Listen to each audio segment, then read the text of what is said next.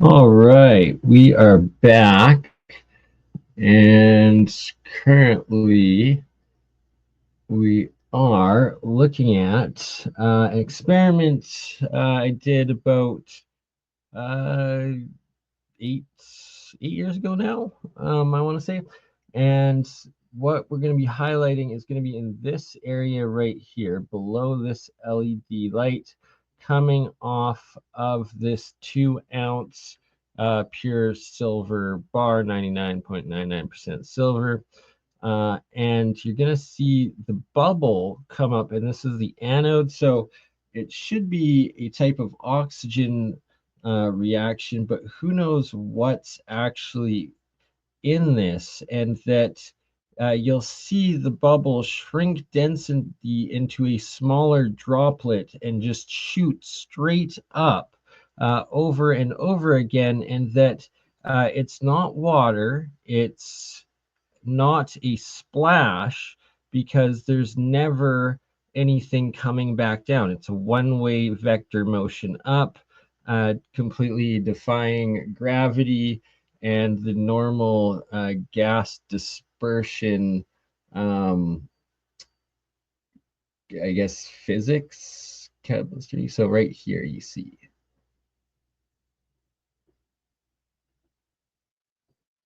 And it happens so fast, you just get 1 or 2 frames actually seeing it. There we go. And I can actually see it jump and shoot straight out, and that there's never anything coming back down. It's not water splashing. It is something shooting straight up and not coming back down. A very fascinating effect right here. And is it a type of EVO? Is it a type of plasma? Is it charge density buoyancy? Is it anti-gravity? Whatever it is, it's not a currently known or recognized physics or chemistry um, normal reaction that defies modern um, thesis. It's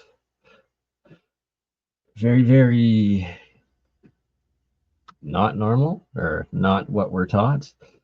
All right, so next experiment uh, that I'm showing is this iron lid that has a neodymium magnet underneath it, and showing that the magnetic center is in the direct center between the two electrodes. And again, you can see that droplet shooting up over and over again. Okay, here we go. So you can see that I move the lid and it goes straight back to the center position over and over again. And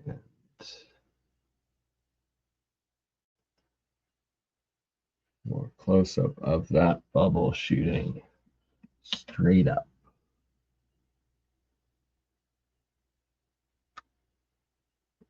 What are we witnessing?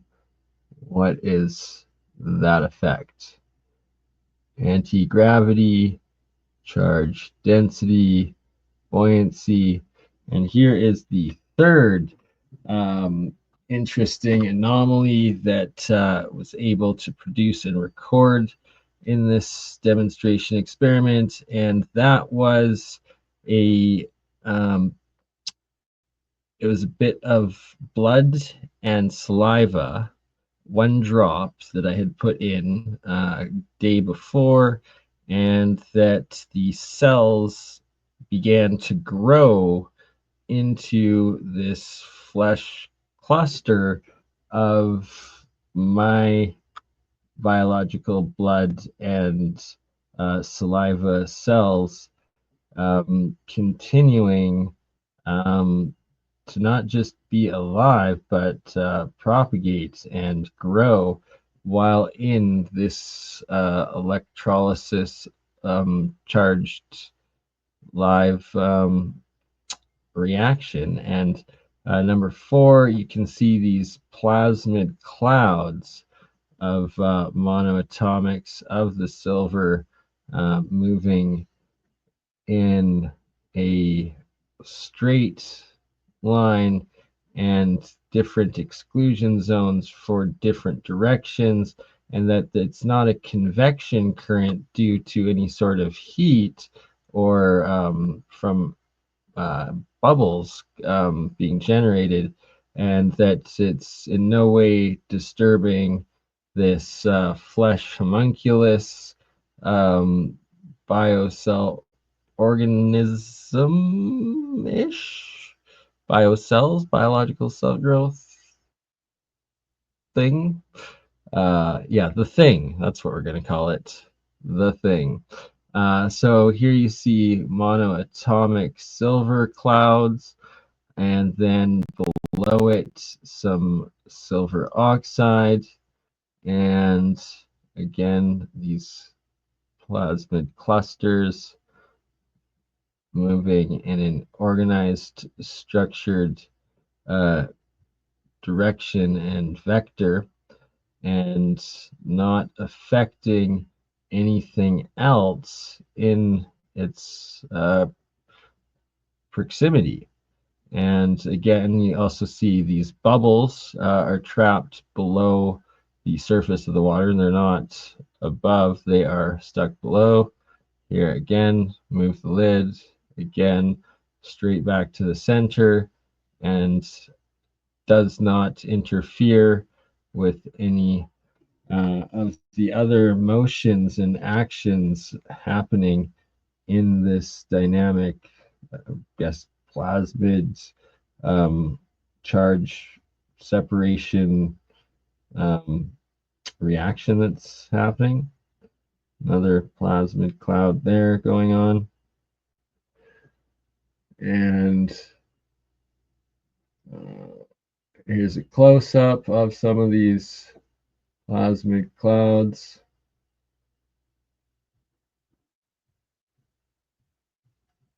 And again, you saw that in that motion, I even moved it behind the cathode, and again, the magnetic cap straight back to the very center of the 2 electrodes, and quite anomalous. Quite an anomalous little galaxy that was created in this little reactor group. So there you can see the biological cell, you can see some monatomic silver clusters, and that anomalous shooting bubble droplet that only goes up, never a splash down afterwards. You only ripple when it shoots up again. Never see anything coming back down, thus not water droplet whatsoever. What is it? How is it doing that? Where is it going?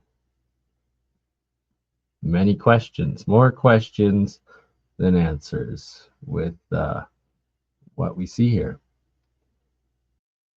Okay, so now we're on to the second recording of this experiment, and you can see the galaxy and the exclusion zones well defined in here, and you can see the actual individual motions of the different lanes of plasmas and charges.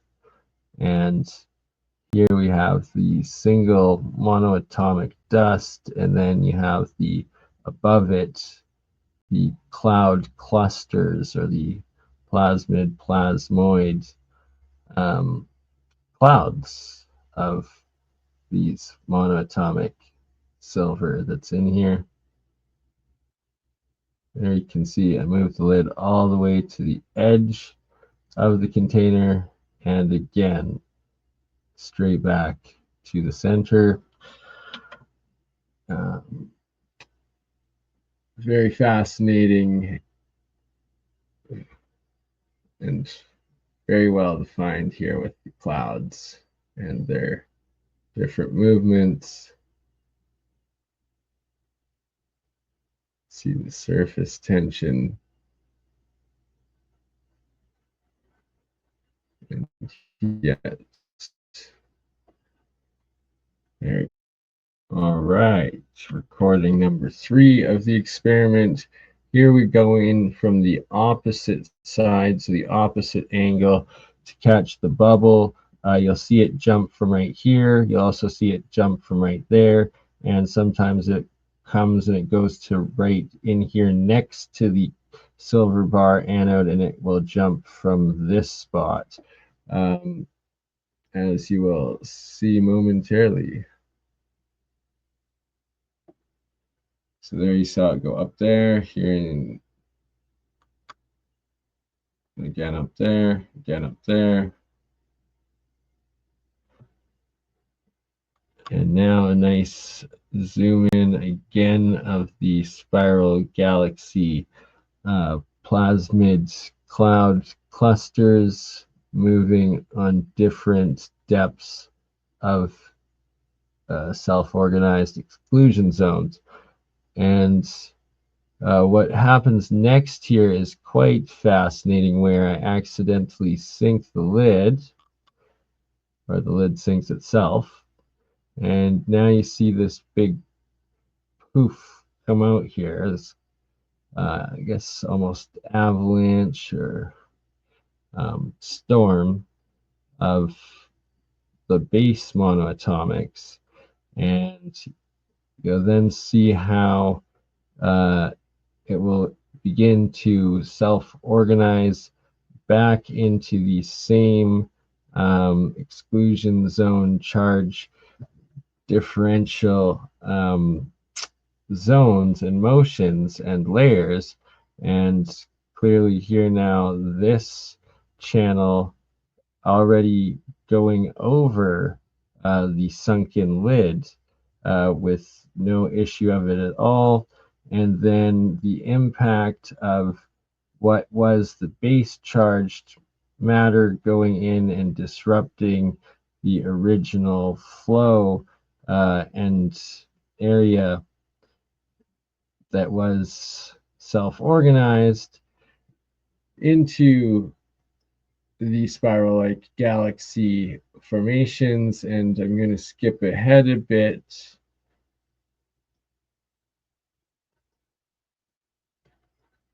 to demonstrate, as you see the cloud structures and channels starting to form again, traveling at their different layers and levels. And now again demonstrating, oops, never mind, sunk it again, here we go. This one demonstrating even after the lid had sunk that it still is attracted to the direct center when it's floating on top. Here you can see the rotation spiraling, starting again on this side of the material. All right, video number 4. And what's fascinating with this one is, so now the lid has sunk 2 or 3 times minimum, disturbing the base bottom and the self-organized charge separations. Yet now again it is taking the same geometric shapes and spiral geometry And what's really fascinating here is you can see this channel going straight across the middle, bottom middle, and then as soon as it reaches the center of the reaction, it does a 90-degree turn. Like it literally just when it reaches the center point, you get a sudden 90-degree directional change, which I find absolutely fascinating, as well as the beginning of a spiral back in this quadrant area. And so you can see it, the galaxy spiral starting to form in there, and the clouds moving in. And right, so this 90-degree, which is wild. And remember again, this layer of above clouds moving at different direction than the bottom channel movement. And just going to skip ahead to here.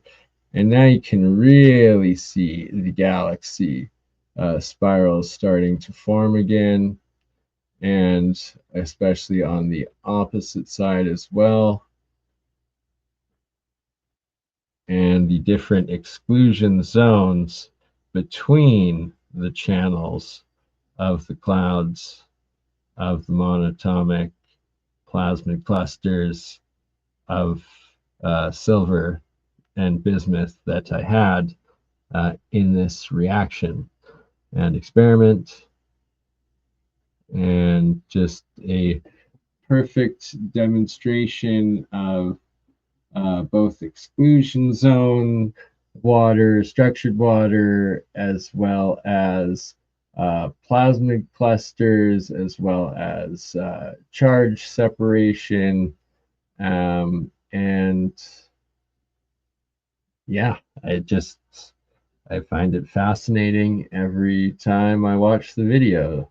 So over and over again. I'm glad that I managed to record all of this and kept it and have it to make sense of it almost a decade later. All right, so we will show one more time the bubble anomaly. All right, so one more last time here, going over this anomalous bubble sphere slash potential EVO droplet that shoots up, and you'll see it come from the bottom and shoot straight up every time with nothing ever coming back down. There's never a water droplet returning back down and splashing. It is a one-way motion only. And that you can see that it condenses to about 1/10 the size once it gets out of the water, which now that I'm like thinking about it is very perplexing. I would think it would be an inverse of it expanding, but it's actually shrinking in the gas compared to the denser water, which, like, I'm sorry, I'm just struggling to wrap my head around why we are witnessing what we are seeing, and that it's the inverse of what you would think you'd normally expect to see happen. And over again, just straight up. Up she goes, never back down. Straight up, over and over again. Like shooting through the stars. What are your thoughts? Those viewing this and reviewing this, please do leave your comments, questions, and ideas of what we're looking at. I have some theories on it. We have a very short clip, but this is a rectangular Tupperware demonstrating again the self-organization spiraling of the exclusion zones that form in the charge separation of these monatomics and the water as the charges self-organize and the natural spiraling rotation geometry that always forms with these microplasma galaxy-like formations. I guess the best way to describe it. And we will show here. Here we have a double spiral of the white monoatomics above this divider of a copper aluminum, I guess, solenoid that I put in there. Double rotation. Next up, we have the same jar, but the lower base copper CuH3, I believe it is, and where the first video of the above monoatomic clouds doing the double spiral was induced by me adding some additional water into this jar.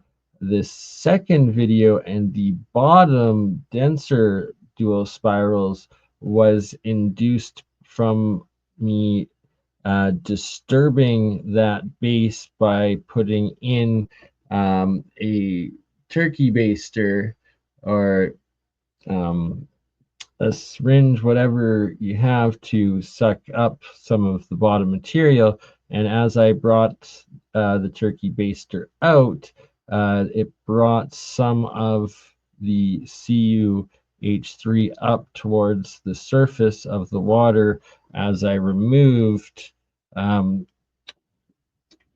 collector, and then these double spiral mini galaxies again formed as the clouds self-organized and charge separated and worked their way back to the bottom of the jar from the top. And as they moved through each specific charge zone of easy water, as it descended from top to bottom.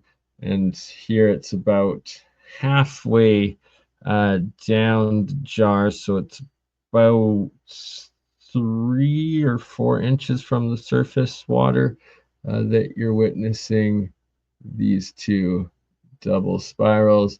And then the above clouds are about 2 inches from the surface. Very fascinating.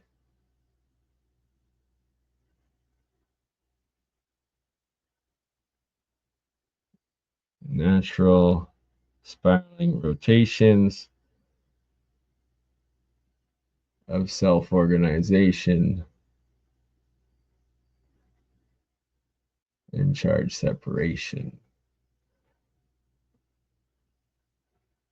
So with this copper coil solenoid wrapped in the aluminum sticking into the base of the jar submerged, you're getting this double spiral formation and charge separation occurring, which, well, real science, you gotta try with and without. So when I removed that, anywho, so this was the same jar a day later, and you can see that little electrode, but was never hooked up to electricity, but was submerged in of copper and aluminum, now removed. And as I removed it, again, it brought a cloud of this CuH3 up to the surface. And as it settled, again, we have the self-organization spiral, but no longer uh, separated into two spirals. Now we have one main self-organizing spiral galaxy formation happening. And this cloud is about an inch, I believe, from the surface at this point, just starting its descent back down through the different charge density separation layers of structured exclusion zone water layers. And right there, that's a bubble that's held 2 or 3 inches below the surface. Uh, Very fascinating. You can see that it's actually below the cloud there. All right, so that's these examples of self-organizing spiral rotating plasmid charge clusters.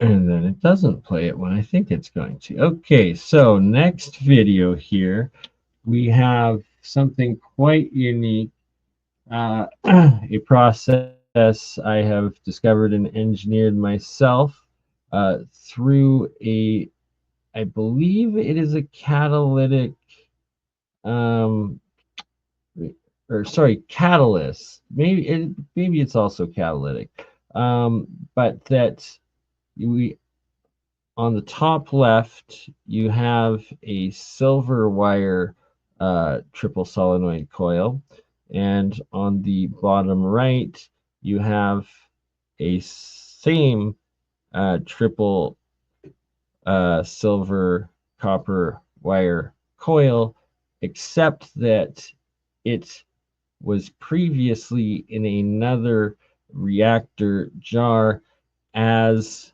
the sacrificial anode, and thus it has taken a state of decay and into the oxidized as well as yellow-red um, levels of transmutational states of metal elements that Sir Isaac Newton talks about. That is major part of my work, but I won't get into those details right now. Basically, just understanding that this copper coil is a charged anode, even though there's no current currently going into it whatsoever. And this brand new silver coil, well, you can see these streams of monoatomic silver coming straight down off of it. Now, as I play the video, you can see the movement of it starting to stream down as it's streaming down, and clearly zero electricity connected or going in, simply one wire connecting above the water to the other copper wire. And it's that this coil is in the activated state of transmutational metal elements of the ancient alchemists and Sir Isaac Newton's alchemy writings, and it is inducing the reaction into this coil because of that. And you also have hydrogen being formed as the monoatomic material reaction happens. Okay, in this reaction, we have very similar to the last, but just the initial stages. You can see a pure 2-ounce silver coin here, as well as the monoatomics beginning to come off and descend, and that this silver monoatomic cloud is actually coming off of the second um, identical 2-ounce silver coin. So you see that there are two, um, and that they are separated above water by a small piece of copper wire, which is also being used to suspend and hold the two coins on the side of the jar there. And how I've induced this reaction that you're seeing is catalyst breakdown of nano layering an outer shell on the second coin, thus creating the valence shell charge differential between the two coins, the imbalance, and the creation of self neutralizing or activating the second coin into a cathode, and the first coin into the sacrificial anode, with the monoatomic material and clouds, as you can see, coming off of it. Zero electricity whatsoever going into this reaction, simply a catalyst induced self-sustaining process. Okay, here we have the same reaction about an hour later, and again you can see that's the one copper wire, no electricity being connected to it. And no, sorry, yes.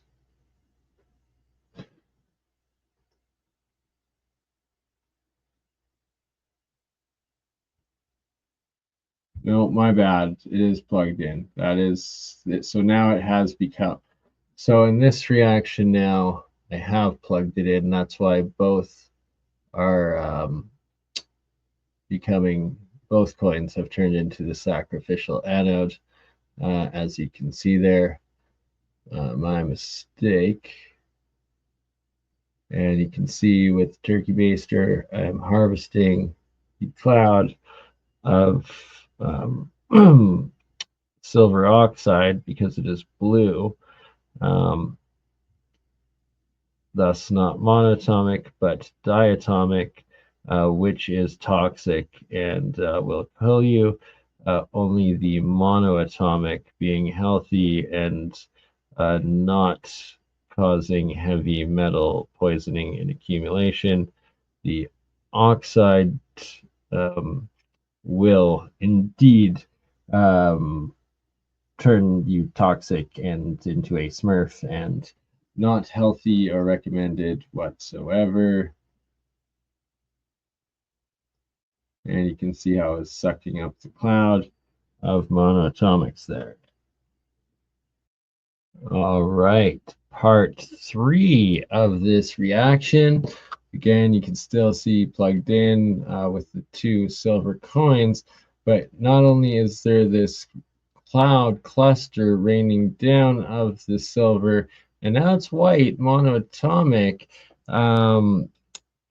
as you will see as I let it play, but you actually get these straight up plasmid clusters forming out of it, and you can see the exclusion zone. Now here, I'll take it back and pause right there, because the last video you saw the dioxide layer strictly at the top of the jar, the top inch water. Now we have the monoatomic cloud cluster that I reversed the reaction to cease the oxidization process. That is proprietary information of the technique of how to do that. but you can clearly see the success of it. Not to mention now, as you see, the silver coins no longer blue or teal with the oxide.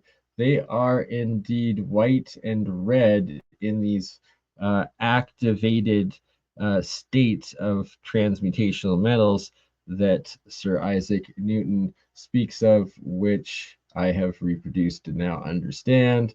And you can see these pure white, no longer blue, no longer oxidized, monoatomic plasma cluster silver, and how it forms into those specific clusters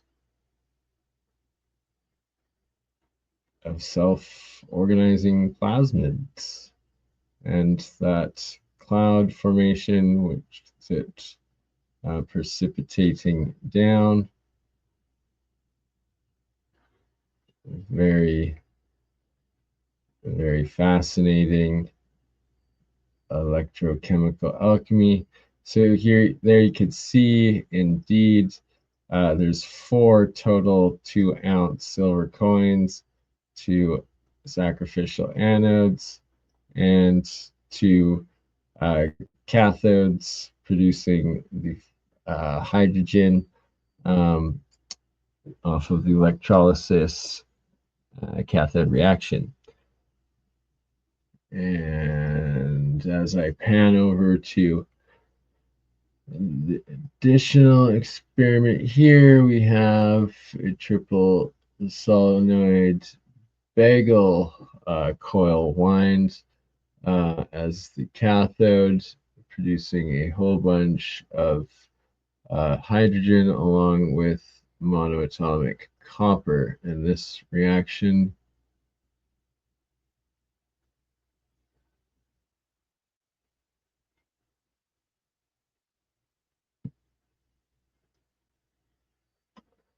okay, next up here we have quite the specimen. It is all just copper wire coil, triple solenoid, that was in as um, a sacrificial anode. And here I'm able to demonstrate what the alchemists and Sir Isaac Newton called the blue state, the green state, the yellow state, the red state, as well as the pink state and the white state. Now, this white state is what they call the calcification, and it is a decay, and it is extremely acidic and hot to the touch. Even though this came out of cold water, you put your finger on there, it's going to burn you, but an acid burn, even though it was just copper and it just came out of salt water. Yet that is what that white state of transmutational metal decay is. And the next charge is the pink, which they say is the crystalline state of metals, where one metal element can be transmutated into the next. So we have the white, which is calcification. They refer to it. I don't believe it is a calcium compound. Then you have the pink crystalline. Then you have the red, which they call the mercurial or mercury state, which I also do not believe is a mercury. I believe it's a hydrogen compound as the white state. The pink state is most likely just the element itself, but in its actual crystal density formation, uh, like carbon to diamond sort of deal. And here, the blue is an oxide. I also believe the green is an oxide that happens only when you pull it out of a reaction and it begins to dry and oxidize into the blue.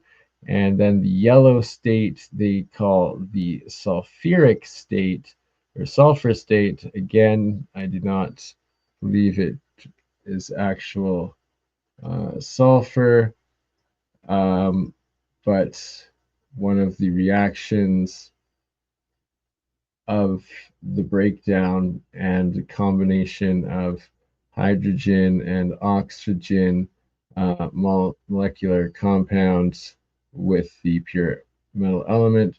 So as I'm pouring this distilled water and rinsing the salts and materials off this copper, and that's a some sort of crystal that I had in the middle.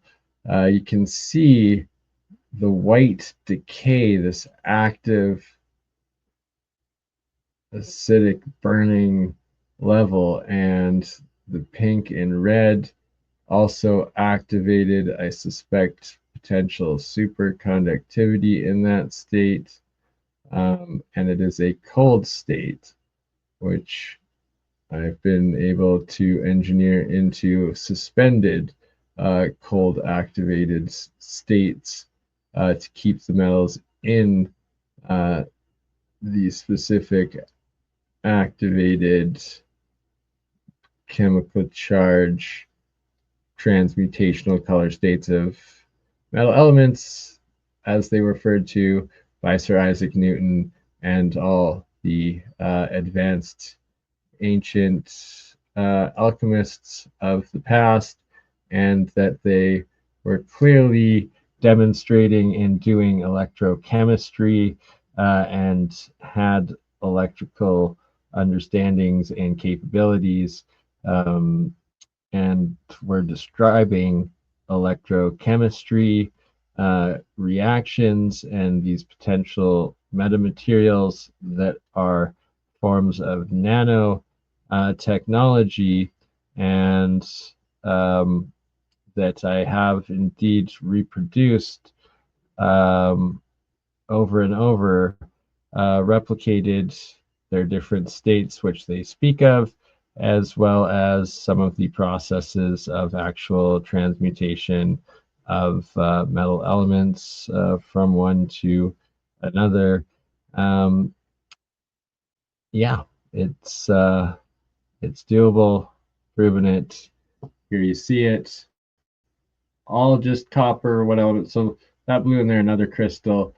I would put crystals within the metal wraps, and I found there was zero impact in the electrochemical reactions of the electrodes with the crystals when using the small voltage that I was and the neutral salt water.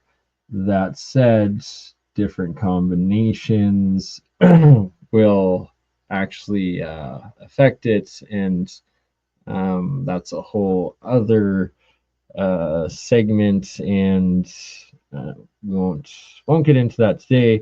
But for the relevance of right here, the different crystal minerals contained within the copper having zero effect of um,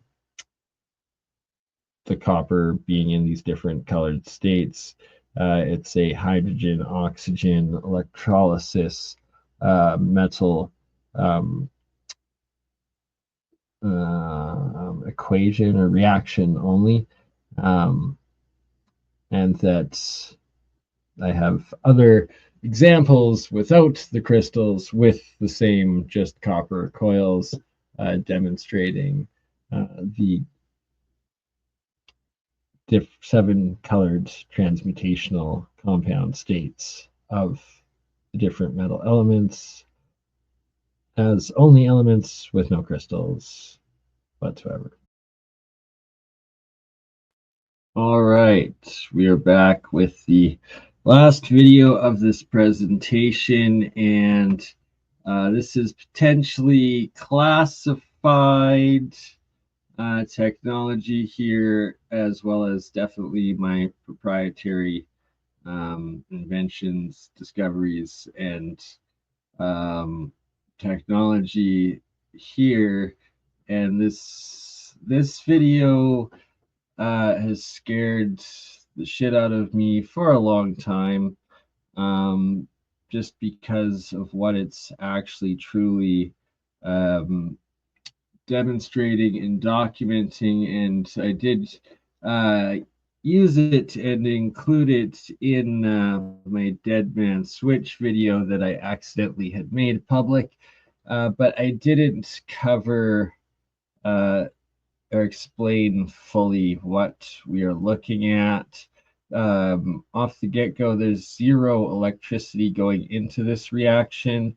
It is a catalyst-driven uh, catalytic reaction, or galvanic reaction, I believe, is the correct term. Uh, I believe, or maybe I've invented a new type. Either way, what do we have right here? Look at what that is. That is a glowing plasma orb, poof, that disappears. Look at the orb, look at it pulsing, pulsing, gone. Pulsing, pulsing, gone into a cloud. That right there is atomic hydrogen as a plasma ball EVO sustained. We have a star in a jar. That is what you're looking at from beginning here. Boom. There it is, pulsing, pulsing. Like you can see how fast bubbles are. This thing's just doing its own thing, pulsing, putting out light, and gone. And gone. Just like ball lightning does. And I'm not sure if the recording through StreamYard is getting this cloud of cluster comes out of the orb as it dissipates into nothing. I will be releasing the higher quality video in the future. Just it's an old old type of particular file that I need to convert, which neither StreamYard or YouTube accept anymore. Point being, though, you can see we have glowing plasma orb, EVO, ball lightning, star in a jar, and just like ball lightning does, dissipates into nothing. And how did I achieve that? What are we? How is this possible, Bertie? Well, let's rewind. Let's take it back to what is actually going on here. You have plasmid aerogels. You have full red state activated coils, which is an extreme hydride. So lots of hydrogen atoms as a solid. And then you also have red state precipitate at the bottom, as well as the magic that I have discovered, the catalyst. So let's give a little bit of context and give a little bit of the secret sauce away. How did I get this into this red pink state? And also this one right here going nuts, bubbling away. Why is it bubbling away so crazy? Well, that would mean that it would have to be the cathode. But you look up here, you see it's also still in this crazy red state, a little bit more maroon. And I'm giving away secrets here. Both of these double or triple coils were previously so they're charged. They're charged into these meta material hydride states, nanolayered states, and it's at the final most active stages of alchemical color states of transmutation metal elements, aka the red mercury state, they say, and the pink crystalline state, and that both of these coils were in separate electrolysis reactions prior to me disconnecting them and putting them in this new neutral saltwater solution with zero electricity going in. But what I have done that is not visible from the camera angle is above the water, um, in the air, I have two separate small copper wires running, connecting the two coils to each other. So you have a full circuit of flow between the two above, which then enables the above solution non electrolysis transfer of the electrons and charge, and below we had two fully active red state former anodes. So there were prior both sacrificial anodes, which I had stabilized into the red and pink states.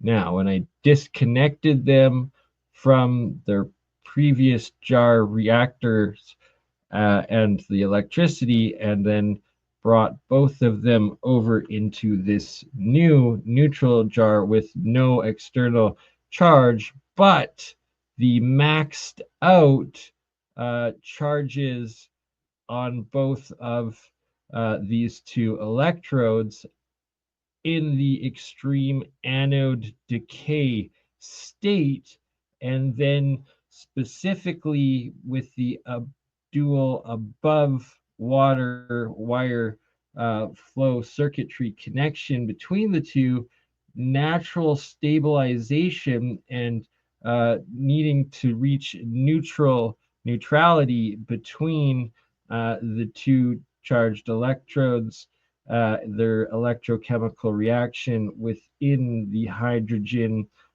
oxygen galvanic cell electrolysis hydrogen production reaction system that I have figured out and been engineering. You have two maximums, which instantly flips the charge on one of these electrodes into the opposite. Thus, now the top one on the left here that I'm circling that has the bottom black and gray with some red still at the top and red nano hydride coming off, this has now flipped charge into the cathode. And that is why, as I hit play, you're going to see the insane amount of hydrogen, H2, H4 coming off of it. And you can tell by the different sizes of the bubbles what gas compound of hydrogen it is. And then the atomic hydrogen is literally everywhere in this reaction. So that's the key here that explains how we see and created this room temperature, zero electrical input, but super saturated ele- super, what should I call it? Super saturated atomic hydrogen soup. How about that? We'll say that. And all of this cloud here that you see is actually the single nano atomic hydrogen gas that comes up and sparkles a little bit, and that there's so much of it. That is why you're getting this full nonstop cloud. And hopefully, StreamYard is able to pick up the interference that you'll see going on everywhere. And that is usually a sign of a type of nuclear radiation or potential wave scattering, but it has to do with the atomic hydrogen and the fact that this solution, because of the flip. Okay, so here's the actual science of the reaction. This is the real secret sauce of explaining electrolysis as well as galvanic cells and how the electrochemical particle energy exchange happens. And it's a part of what was classified in 1951 as IEC fusion, aka inertial electrostatic confinement fusion. And that was classified immediately after the successful tests of the H bomb, and that they also did immediately there to do so the 1951 National Securities Patents Law, which is what scares the bejesus out of me and why I have not filed any patents yet, because, well, this stuff deserves to be free. So right here you can see the pink sides of the reaction, the red, and I believe that's also pinky red, but this is extreme hydrogen compounds of Cu, so the copper 1 to hydrogen 3 or hydrogen 4 on these outer nano layers. Then you also would have the oxides normally, but in this reversed action, the oxygen shoots up, getting stripped, as does with the atomic hydrogen, one that is. So let me explain. Regularly, the anode will take an oxygen in the decay with the sacrificial metal electrode that is the anode. Okay, so in this case, it would be the copper coming off, bonding with the oxygen, turning blue into a dioxide, and falling down, right? So that's known for the galvanic reaction and the corrosion and what they try to avoid. What isn't really well documented, but kind of known, but I'm adding additional aspects to the understanding, is on the cathode side is where you actually get addition of material. And what we're looking at here, the black and the gray, that is your hydrogen isotope and ion compounds. And this is a copper wire as well as aluminum, both completely covered in this gray and black, which is most likely tritium or deuterite. So this, you can see it forming these crystal spires off of both the aluminum and copper. So, right, because the oxygen just goes, usually should be a compound down, one atomic hydrogen up, and one hydrogen compound of the sacrificial anode. So usually you'd have copper or aluminum hydride as the deposit on the cathode nanolayers. But because the anode is already in this red pink final states of transmutational metals, it's no longer losing the solid metal into the reaction, taking that oxygen bubble. Instead, as a solid, right? So this is phase shifting, phase states.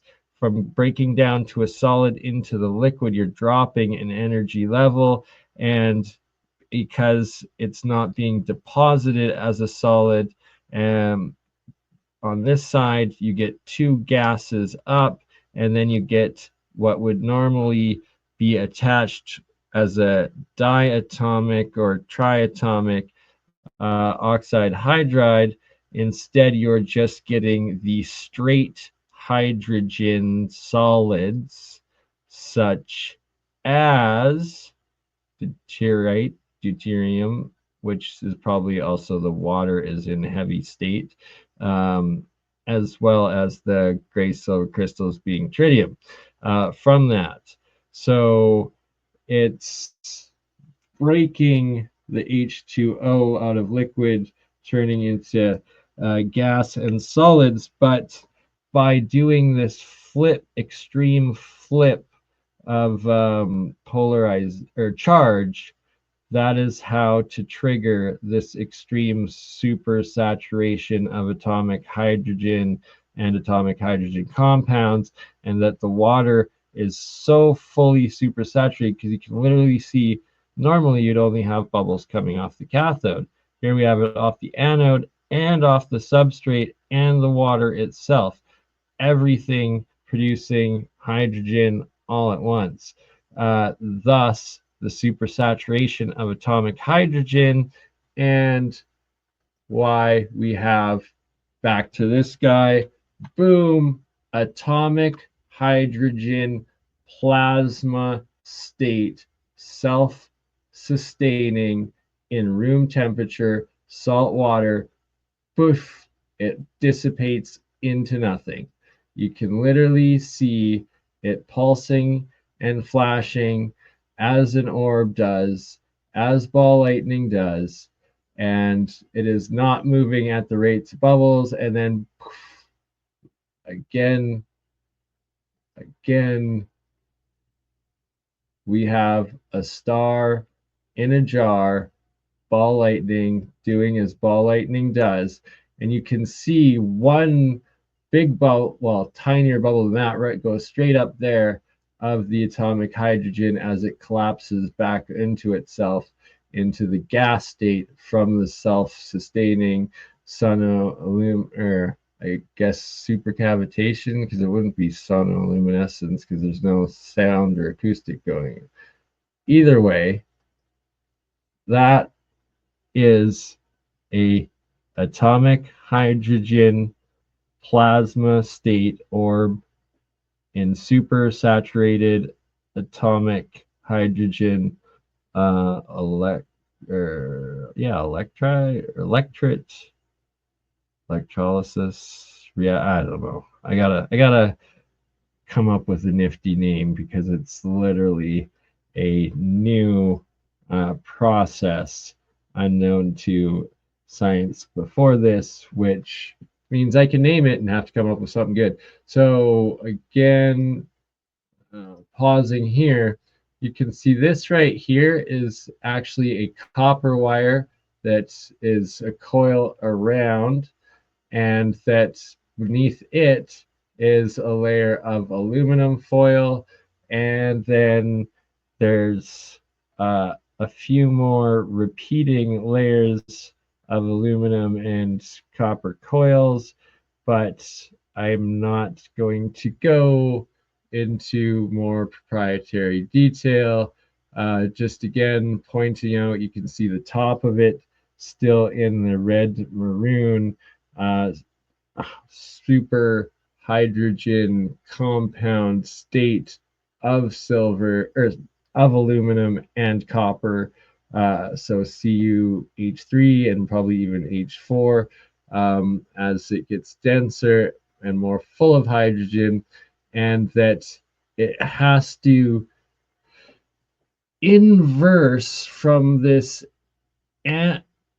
um, maximum potential hydride solid charge from the sacrificial reaction instantaneously into the maximum cathode coating solid of the reaction to stabilize and neutralize with the charge energy electrochemistry of the red pink state of the continued what continues to be the anode electrode, thus triggering this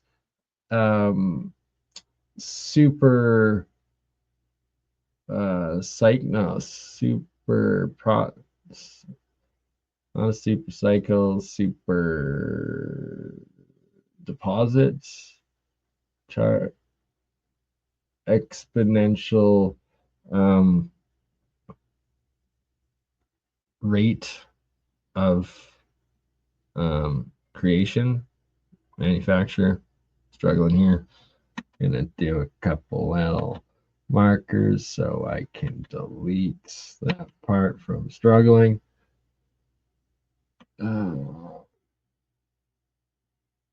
It's exponential gain of catalyst reaction from one maximum positive decay charge into the inversed maximum positive or negative from the solution deposit on side of material, thus creating a pure solid state hydrogen only compounds, which are in fact tritium, deuterium. And when the cathode and the anodes are at their extreme maximum of handling or operating this charge reaction differential, that with all the water being torn apart with this atomic hydrogen coming out, that it's super saturated. That is how the atomic hydrogen turned into a plasma cluster, and we get this plasma state atomic hydrogen orb in a cold room temperature, salt water, zero electricity reaction solution, witnessing for, as far as I know, the first time atomic hydrogen or plasma artificially created in room temperature, minimum electrical basic material reaction. Like this is $10 worth of material, and it took $1 worth of electricity prior to create these states of charge and charge differential within the galvanic cell reaction to then be able to create this inverse opposite switching maximum reaction, which absolutely destroys Faraday's 100-some-plus-year-old supposed law of electrolysis on the amount of hydrogen that can be produced out of a reaction per minimum electrical input. Here we have no extra chemicals because it's already hydride state and hydride states from deposited from the water of the previous electrolysis slash electrolyte reaction. So yeah, right here you can see momentarily, right there, the orb beginning. Again, one more time. Right at the top of the screen, boom, there's that orb flashing, going up, and again, there it is. And you can see like little bursts of like clouds of, I guess, hydrogen coming off, just like flares like the sun. And then, just like ball lightning does, dissipates into nothing at all. So bright. So bright. Glowing, glowing, gone. Glowing, glowing, and gone she goes. Glowing, glowing, glowing, gone. And pointing out here, see all the fuzziness maybe? I hope it's able to capture in StreamYard, but it's like straight fuzzy but sparkling. And I don't know if it gives it justice. All right, one last thing I'm going to point out. See, right here you have this plasmid cluster, and it takes the charge of this guy, that guy drops, and this guy goes up. So what happened there? This is a charged level. So notice how fast he's going up, and boom, he gets to this level, which is an exclusion zone of flipped charge, and he takes this guy's charge that was staying there. This guy now drops down, and he continues up now to the next level of exclusion zones and charges. And different sizes of bubbles, different molecules of hydrogen, whether it's H2, H3, H4, and all of the fuzz is the atomic hydrogen, and it is sparkling as it all does, nano bubbles non-stop. And again, we see the atomic hydrogen orb just doing its little orb thing, and she gone, just like that.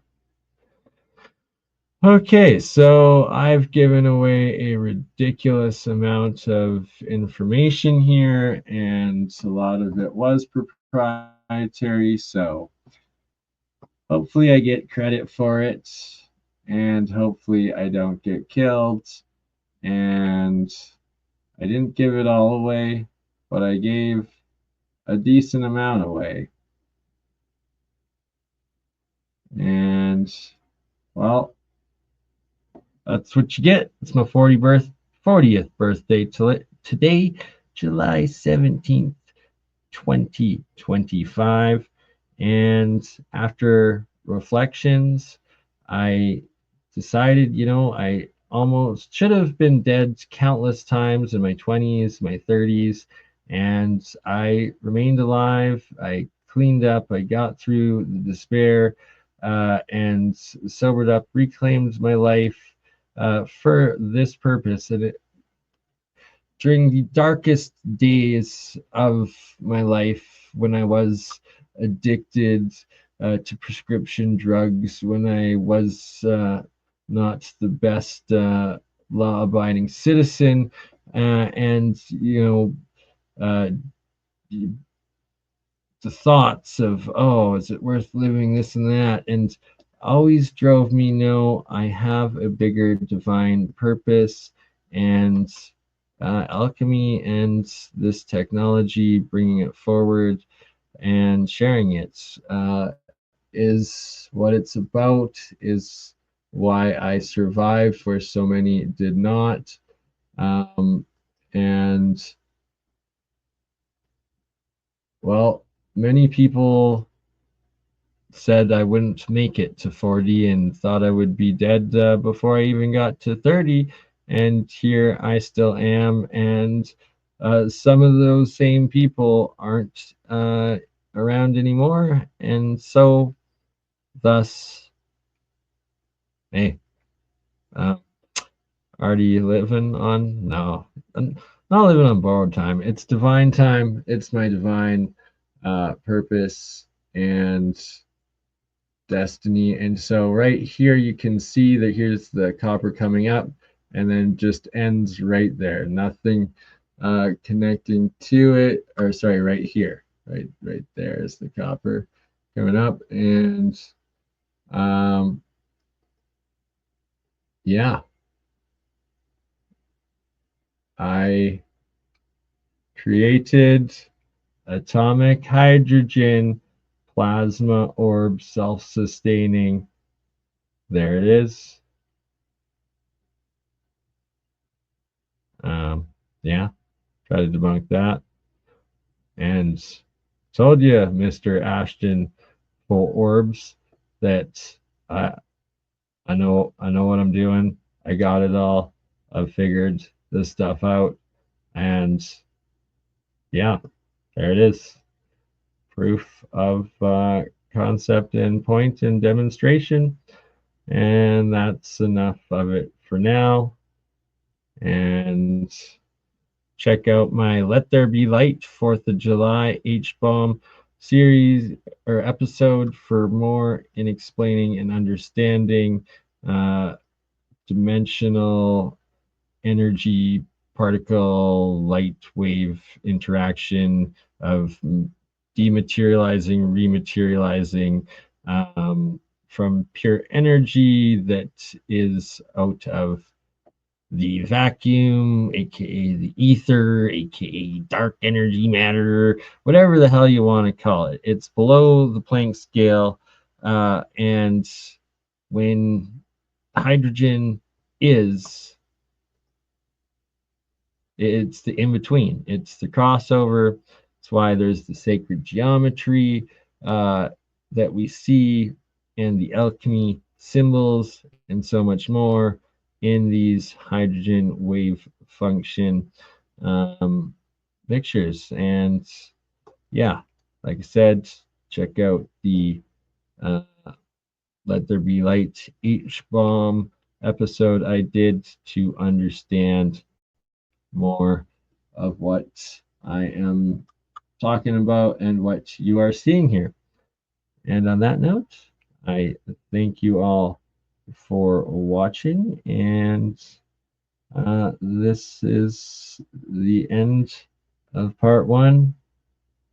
I created atomic hydrogen plasma orb self-sustaining in room temperature water with no extra energy in. On that note, thank you for watching. Love you all. Ta-ta. For now, the orb. So there she is, one last time. Pulsing, pulsing, putting out light, doing its thing, and she gone. And so, you crazy mother. Yeah. It's just BurnEye. BurnEye just like last week, huh? Weekend at Bernie's.